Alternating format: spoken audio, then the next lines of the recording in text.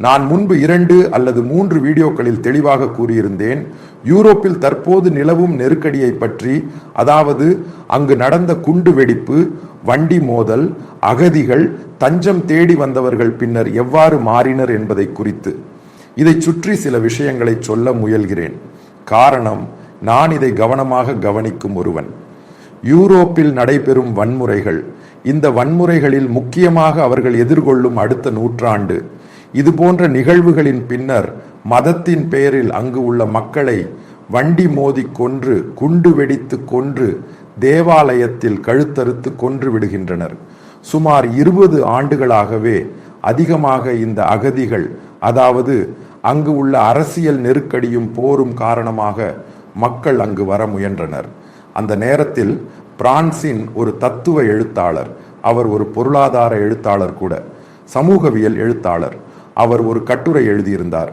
French பத்திரிகையில் இன்று அந்த கட்டுரை சமூக ஊடகங்களில் பெரிய அளவில் விவாதிக்கப்படுகிறது.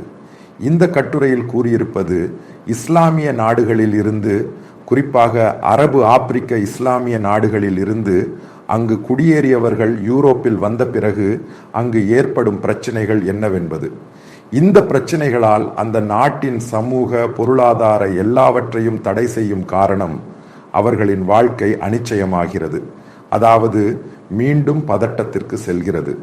காரணம், அவர்கள் எங்கு சென்றாலும் ஒரு சந்தேகத்துடன் செல்ல வேண்டிய நிலை ஏற்பட்டால் இந்த நாடுகள் எவ்வாறு பதிலளிக்க வேண்டும் என்பதை குறித்து அவர் மிகவும் தெளிவாக கூறியுள்ளார். அந்த கட்டுரையை நான் மொழிபெயர்த்து படித்தேன்.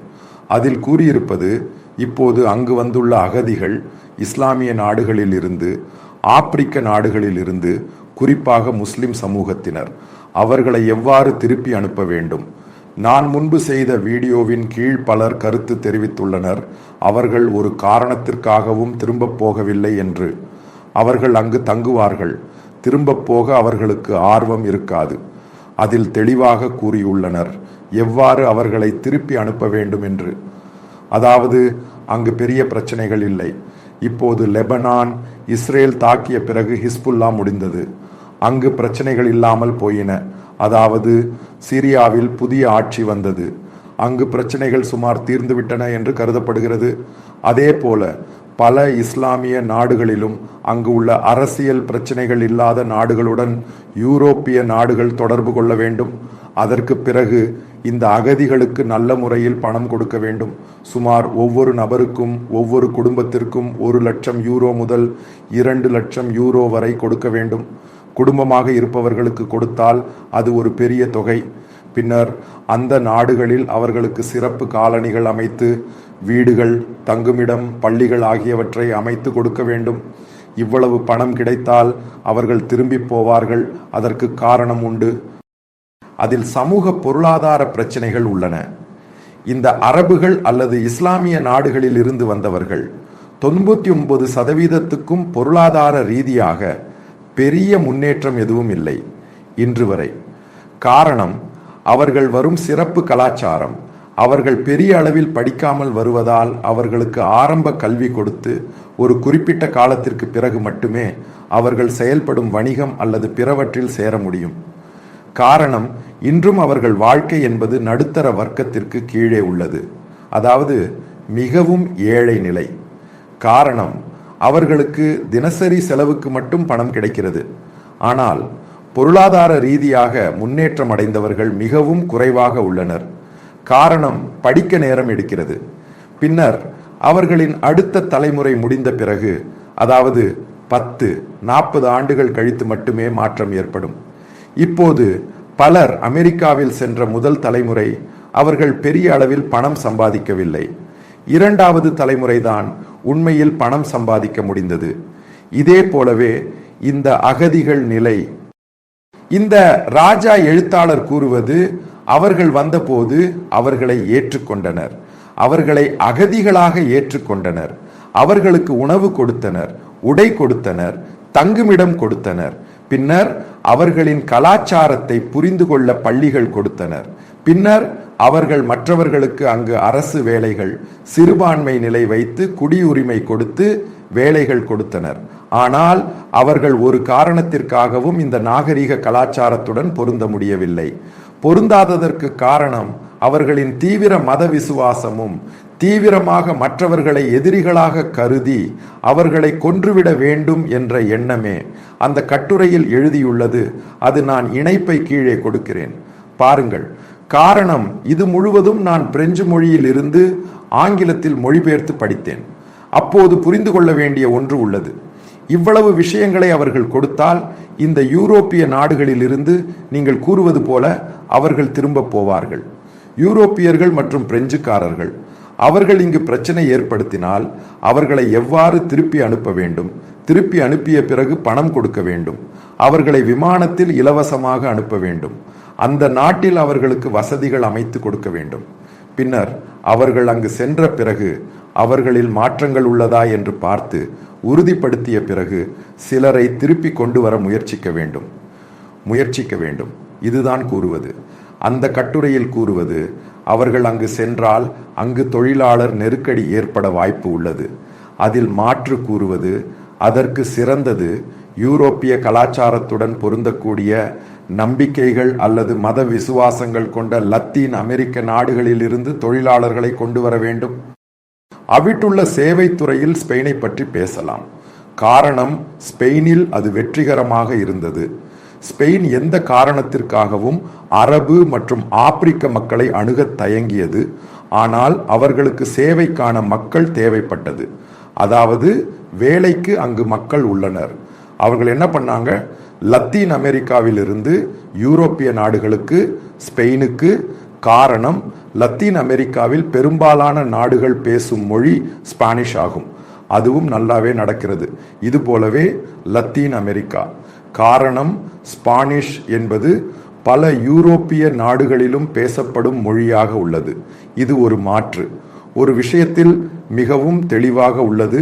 இந்த நாடுகளுக்கு தெரிந்த உண்மை, அவர்கள் இவ்வளவு அன்புடன் அழைத்து வந்தவர்கள் அவர்கள் ஆட்சியாளர்கள் அல்லது போப் கூறியிருந்தாலும் அவர்களை திருப்பி அனுப்ப வேண்டிய நேரத்தில் தீர்வு வைத்திருந்தனர். அதாவது எவ்வளவு பணம் கொடுத்தாலும் அவர்களை திருப்பி அனுப்ப வேண்டும். பின்னர் அவர்கள் அங்கு சென்று செட்டில் ஆன பிறகு மட்டுமே திருப்பி கொண்டு வருவார்கள். அதாவது நான் கூறும் கருத்து முன்பு ஒரு பிரெஞ்சு எழுத்தாளர் எழுதியது. இன்று யூரோப்பிய நாடுகள் பலவும் நடைமுறைப்படுத்தப் போகின்றன. டென்மார்க் அதன் இறுதி கட்டத்தில் உள்ளது. அதே போல மற்ற பல யூரோப்பிய நாடுகளும் இதை சுற்றி விவாதிக்கின்றன. காரணம், டச்சு நடைமுறைப்படுத்தப் போகின்றன. அங்கு வந்தவர்களை எப்படியாவது திருப்பி அனுப்ப வேண்டும். பின்னர் மற்ற விஷயம், இதுபோல யூரோப்பின் இரத்தத்தில் உள்ள விஷயம், அது கால்பந்து. உங்களுக்கு தெரியும், பிரான்சின் பால் போக்பா, அதாவது அவர் ஒரு ஆப்பிரிக்கர். அவர் இங்கு பிரெஞ்சு அணியின் தேசிய அணியின் வீரர். உலக கோப்பை நேரத்தில் அவர் ஒரு இஸ்லாம் ஆதரித்து பல ட்வீட்கள் மற்றும் கோர்ட்டில் வைத்து பொதுவாக பிரார்த்தனைகள் மற்றும் நிகழ்ச்சிகளை காட்டினார். இதன் மூலம் உண்மையில் இஸ்லாமிய உலகத்தை விட இஸ்லாமிய மத தீவிரவாதிகளுக்கு அவர் ஒரு ஐகானிக் நபராக மாறினார்.